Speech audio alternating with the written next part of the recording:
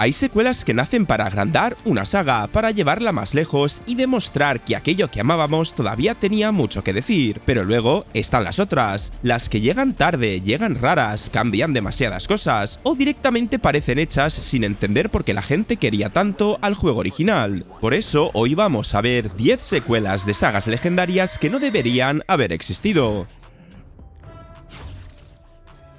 Y empezamos con Dragon Age 2, una secuela que venía después de un RPG enorme, ambicioso y con una sensación de aventura brutal. Porque claro, veníamos de Dragon Age Origins, un RPG enorme, oscuro, con decisiones importantes, orígenes distintos para tu personaje, viajes por diferentes zonas, compañeros memorables, y esa sensación de estar metido en una fantasía medieval bastante seria. Era un juego que parecía decirte, tú decides cómo vivir esta aventura. Y entonces llega Dragon Age 2, y de repente todo se siente más pequeño, más cerrado y bastante más repetitivo. La idea de contar la historia de Hawke durante varios años en Kirkwall no era mala, de hecho tenía algo interesante, porque en vez de salvar el mundo desde el minuto 1, el juego quería enseñarte cómo una persona cualquiera iba subiendo poco a poco dentro de una ciudad llena de conflictos políticos, magos perseguidos, templarios tensos y familias rotas. El problema es que esa idea necesitaba tiempo, mimo y variedad, y Dragon Age 2 muchas veces parece hecho corriendo, como si el juego estuviera intentando parecer enorme mientras reutiliza los mismos pasillos, las mismas cuevas y los mismos mapas una y otra vez. Y eso rompe muchísimo la experiencia, porque tú vas a una misión nueva, pero entras en una cueva que ya has visto antes, solo que ahora tiene una puerta cerrada en otro sitio. Vas a investigar otro asunto y otra vez el mismo almacén. Otra banda de enemigos aparece de la nada, otra oleada, otro combate. Y llega un punto en el que ya no sientes que estás explorando Kirkwall, sientes que estás dando vueltas por un decorado reciclado. Además, el combate se volvió más rápido y espectacular, sí, pero también perdió parte de esa pausa táctica y ese peso rolero que muchos adoraban del primero. No era necesariamente injugable, pero sí parecía menos Dragon Age y más una versión simplificada para llegar a mucha más gente. Y si Dragon Age 2 fue una secuela apresurada, Final Fight Streetwise directamente fue una resurrección malentendida, porque Final Fight no era cualquier cosa, el original era puro arcade de barrio, mamporros directos, personajes enormes, calles llenas de macarras y esa sensación de ir avanzando a puñetazo limpio, como si estuvieras limpiando Metro City con las manos. Era simple pero tenía identidad, sabías perfectamente a lo que estabas jugando. Y entonces, muchos años después, aparece Final Fight Streetwise, intentando revivir la saga, pero con una idea muy rara: convertir Final Fight en algo más oscuro, más urbano, más adulto, más sucio, como si pensaran que para modernizarlo había que meter drogas, lenguaje duro, drama de calle y un tono de película crute de videoclub. El problema es que Final Fight nunca necesitó eso. Necesitaba buenos golpes, buenos escenarios, ritmo, enemigos memorables y esa energía arcade que te hacía sentir y seguir jugando sin pensar demasiado. Aquí en cambio todo se siente como una secuela que intenta parecer moderna a la fuerza. Ya no llevas a Cody, Hagar o Guy como protagonistas principales, sino a Kyle, el hermano de Cody, un personaje que nunca tuvo ni la mitad de carisma. Y claro, cuando tu saga vuelve después de tantos años y en vez de darte lo que la gente recordaba te presentan a un nuevo protagonista más genérico, la cosa empieza a regular. Y la jugabilidad tampoco ayuda. Los combates son torpes, repetitivos y bastante menos satisfactorios de lo que deberían. Para ser un Final Fight, pegar no se siente tan bien y eso es casi imperdonable. Encima, el juego intenta mezclar exploración por la ciudad, minijuegos, misiones secundarias y una historia más seria, pero nada termina de encajar. Es como si hubieran cogido el nombre de Final Fight y lo hubieran pegado encima de otro proyecto que no sabía muy bien qué quería ser.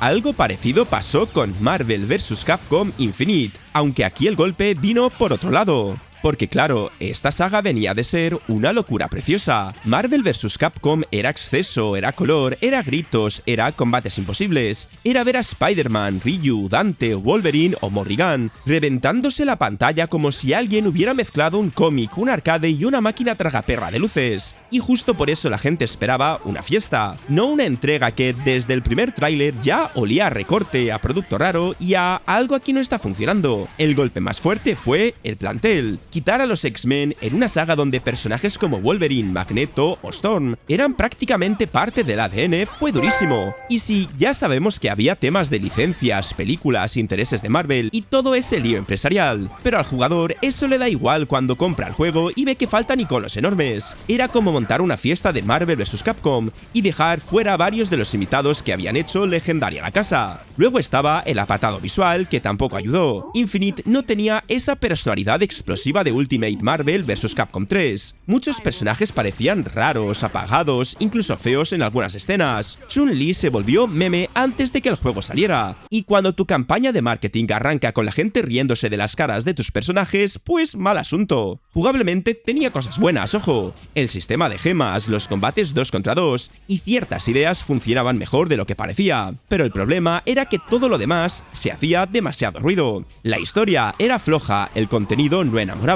el roster se sentía incompleto y el juego no transmitía esa energía de evento que una entrega así necesitaba. Y hablando de traer de vuelta nombres míticos sin entender del todo su magia, ahí entra Golden Axe Beast Rider. Porque Golden Axe en su época no era simplemente un juego de pegar espadazos, era fantasía arcade pura, bárbaros, amazonas, enanos, esqueletos, dragones, magia enorme en pantalla y esa sensación de estar jugando una aventura de espada y brujería en versión recreativa, directa y sin complicarse la vida. El problema es que Beast Rider llegó muchos años después intentando transformar Golden Axe en un juego de acción más serio, más violento, más oscuro, más moderno, pero se quedó en tierra de nadie. Ya no tenía esa energía arcade de avanzar con un colega repartiendo tortas, montarte en bestias, robar monturas a los enemigos y reventar todo con magia. Aquí todo se sentía más rígido, más lento y bastante menos carismático. Y encima la decisión de centrar el juego casi solo en Tiris Flare fue rara. Tiris era un personaje querido, claro, pero Golden Axe funcionaba como grupo. Parte de la gracia era elegir entre varios héroes y sentir que cada uno aportaba algo distinto. En Beast Rider, en cambio, parecían que habían cogido un trozo de la saga y habían intentado venderlo como si fuera toda la experiencia completa.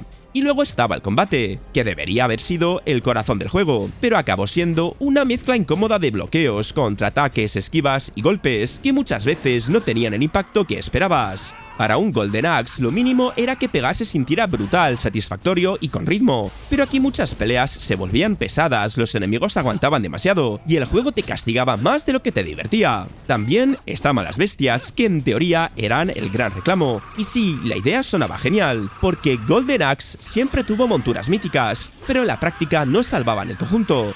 Era más una promesa desaprovechada que una revolución real.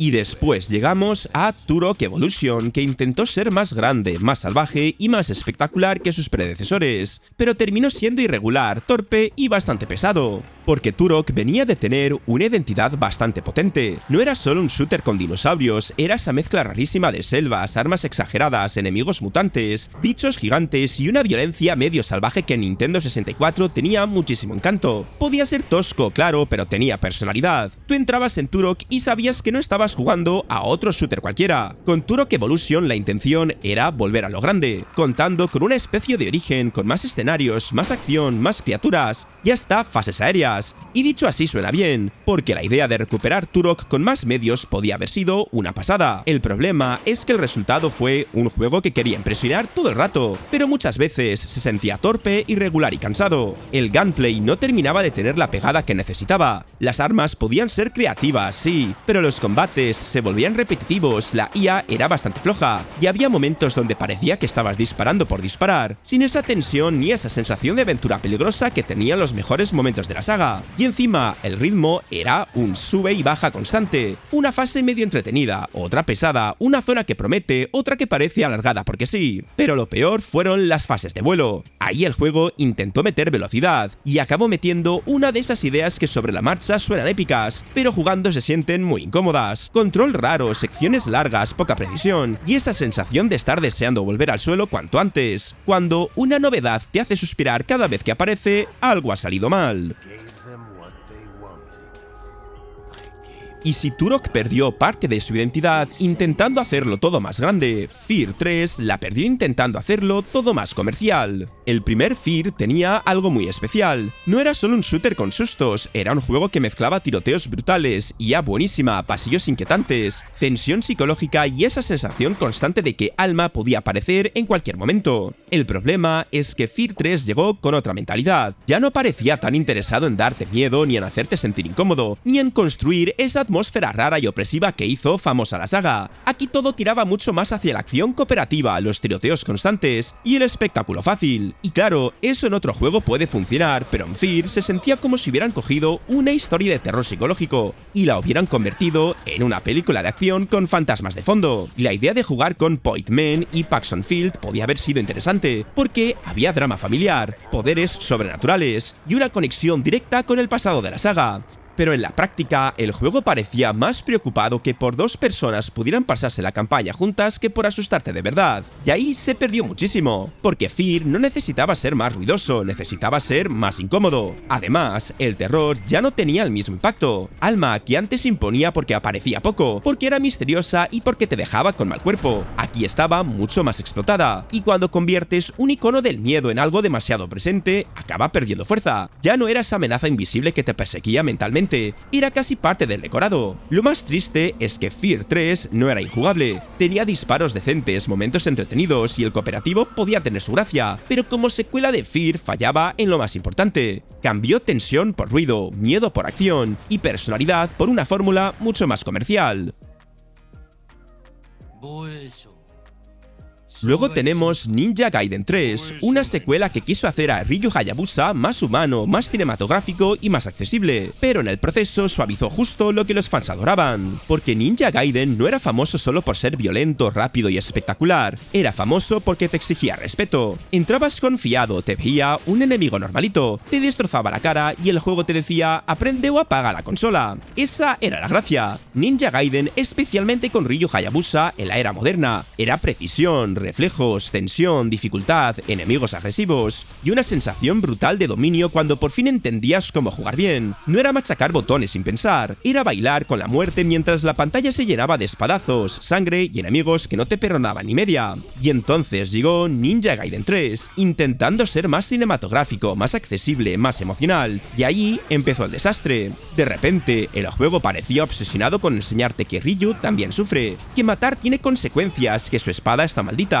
y hay un drama interno. Y la idea no era mala del todo, porque humanizar a Ryu podía tener su punto, pero el problema es que lo hicieron de una forma tan forzada que parecía que el juego estaba intentando meter profundidad a martillazos. Lo peor es que mientras intentaba parecer más serio, perdió parte de lo que hacía especial a la saga. El combate se simplificó muchísimo, desaparecieron elementos importantes, el ritmo se volvió más repetitivo, y muchas peleas se sentían menos técnicas, menos finas y menos satisfactorias. En vez de sentir que estabas sobreviviendo gracias a tu habilidad, muchas veces parecía que avanzabas entre oleadas porque sí, con escenas espectaculares pero sin la misma pegada. Encima, para muchos fans, el juego fue una traición al espíritu de Ninja Gaiden. Menos armas, menos profundidad, menos castigo inteligente y más intento de película de acción moderna. Pero si hablamos de secuelas que casi matan al espíritu de una saga, Devil May Cry 2 es obligatorio, porque el primer Devil May Cry no fue solo un juego de acción con espadas y pistolas, fue una bomba. Tenía estilo, chulería, dificultad, ritmo, combos, demonios, castillos góticos y un Dante que parecía disfrutar cada segundo de estar reventando monstruos con una sonrisa en la cara. Y claro, después de eso la gente esperaba una segunda parte que cogiera todo lo bueno y lo llevara más lejos. Más locura, más armas, más jefes memorables, más frases vacilonas, más Dante haciendo el cafre. Pero Devil May Cry 2 hizo justo lo contrario. Llegó más apagado, más vacío y con un Dante que parecía que se había levantado sin ganas de vivir. Y eso es uno de los golpes más raros del juego. Dante, que en la primera entrega era carisma puro, aquí casi no hablaba, apenas tenía personalidad, y iba por ahí con una seriedad que no le pegaba nada. Parece otro personaje. Como si alguien hubiera visto a Dante y hubiera pensado, vamos a hacerlo más adulto, pero confundiendo adulto con aburrido. Y claro, cuando tu protagonista era una de las razones por las que la saga había explotado. Quitarle el alma era pegarte un tiro en el pie. Luego estaba el combate, que debería ser el corazón del juego, y tampoco funciona como debería. Es más fácil, más plano y mucho menos satisfactorio. En muchos momentos puedes avanzar disparando desde lejos sin demasiada estrategia, y eso en Devil May Cry es casi un pecado, porque esta saga va de arriesgar, acercarte, combinar ataques, lucirte y sentir que cada pelea es una coreografía salvaje. Aquí en cambio muchas batallas parecen un trámite. Algo similar ocurrió con Deus Ex Invisible War, aunque por motivos distintos. Porque el primer Deus Ex no era un juego cualquiera, era casi una declaración de intenciones. Te soltaba en un mundo de conspiraciones, corporaciones, gobiernos corruptos, aumentos tecnológicos, decisiones morales y misiones donde podías resolver las cosas de 1000 formas distintas. Podías infiltrarte, hackear, negociar, liarte a tiros, colarte por un conducto o hacer una mezcla rara de todo, y eso para su época era una barbaridad. El problema es que Invisible War llegó con ganas de hacer que la saga sea más accesible, más limpia y más preparada para consola, y ahí empezó el drama, porque Deus Ex no necesitaba ser más simple, necesitaba ser mucho más profundo. La gente no se enamoró del primero porque fuera cómodo, sino porque era denso, ambicioso y un poco incómodo en el mejor sentido. Tenía menús, sistemas, habilidades, decisiones, consecuencias, y esa sensación de estar jugando algo enorme, incluso cuando técnicamente era torpe. Invisible War, en cambio, parecía empeñado en recortar bordes, mapas más pequeños, sistemas simplificados, menos sensación de libertad real, y una estructura que muchas veces daba la sensación de estar encerrada en habitaciones diminutas. Todo era más bonito, sí, pero también más estrecho. También estaba el tema de la munición universal, una decisión que resumía bastante bien el problema. En teoría era cómoda porque todas las armas compartían recurso. En la práctica quitaba parte de la estrategia y de esa gestión rolera que hacía que cada decisión importara. Ya no era tanto voy a guardar esta munición para esta situación, sino todo tira del mismo saco, más simple sí, pero menos interesante. Y ojo, porque Invisible War tenía ideas buenas, su mundo seguía teniendo conspiraciones, dilemas y facciones con agendas tributarias, pero venía después de un gigante y en vez de expandirlo, lo comprimió. Era como pedir una secuela que abriera más puertas y recibir una que te las enseñaba cerradas con llave. Y cerramos el vídeo con Banjo-Kazooie Nuts and Bolts, quizá uno de los regresos más raros de una saga querida. Banjo-Kazooie no era una saga cualquiera, para mucha gente era pura magia de Nintendo 64. Mundos coloridos, plataformas, coleccionables, humor absurdo, música pegadiza, personajes con carisma, y esa sensación de aventura simpática que te hacía perderte en cada nivel buscando notas, piezas de puzzle y secretos. Era un plataformas con alma, de esos que parecían hechos para que cada rincón tuviera una tontería escondida. Y claro, cuando Rare anunció el regreso de Banjo en Xbox 360, la gente se vino arriba. Después de tantos años, muchos esperaban el gran Banjo 3, una continuación natural, un plataformas moderno con mundos enormes, nuevos movimientos y ese humor de siempre. Pero entonces llegó Nuts and Bolts y dijo, vale, ¿y si en vez de saltar por mundos mágicos os ponemos a construir vehículos? Y ahí se rompió la conexión. La idea de crear coches, aviones, barcos y máquinas locas no era mala, de hecho tenía mérito. El editor era creativo, permitía experimentar y mucha gente se lo pasó genial fabricando auténticas barbaridades. El problema es que eso no era lo que muchos fans llevaban años esperando. Banjo y Kazooie estaban ahí, sí. El humor seguía teniendo momentos buenos, pero el corazón de la saga estaba cambiado. Ya no se trataba tanto de explorar niveles saltando, aprendiendo habilidades y descubriendo secretos, sino de superar pruebas con vehículos, carreras, desafíos de transporte y misiones que muchas veces se sentían más como recados que como aventuras. Y lo peor es que el juego casi parecía burlarse de su propio pasado, como si los plataformas clásicos ya fueran cosa vieja. Pero el problema no era que Banjo necesitara modernizarse, claro que podía hacerlo. El problema es que modernizar una saga no significa arrancarle la columna vertebral y ponerle ruedas. Al final una cosa es arriesgar, probar cosas nuevas y llevar una saga por otro camino, y otra muy distinta es olvidar por completo qué hizo que la gente se enamorara de ella. Y ahora te toca a ti. ¿Cuál de estas secuelas te dolió más? ¿Cuál salvarías aunque todo el mundo la critique? ¿Y qué juego añadirías a una segunda parte sin pensártelo dos veces? Déjamelo todo esto en comentarios. Y si te ha gustado el vídeo, dale al like, al hype si lo estás viendo desde el móvil, suscríbete y activa la campanita para no perderte ni un solo vídeo. Dicho esto, nos vemos en el próximo vídeo.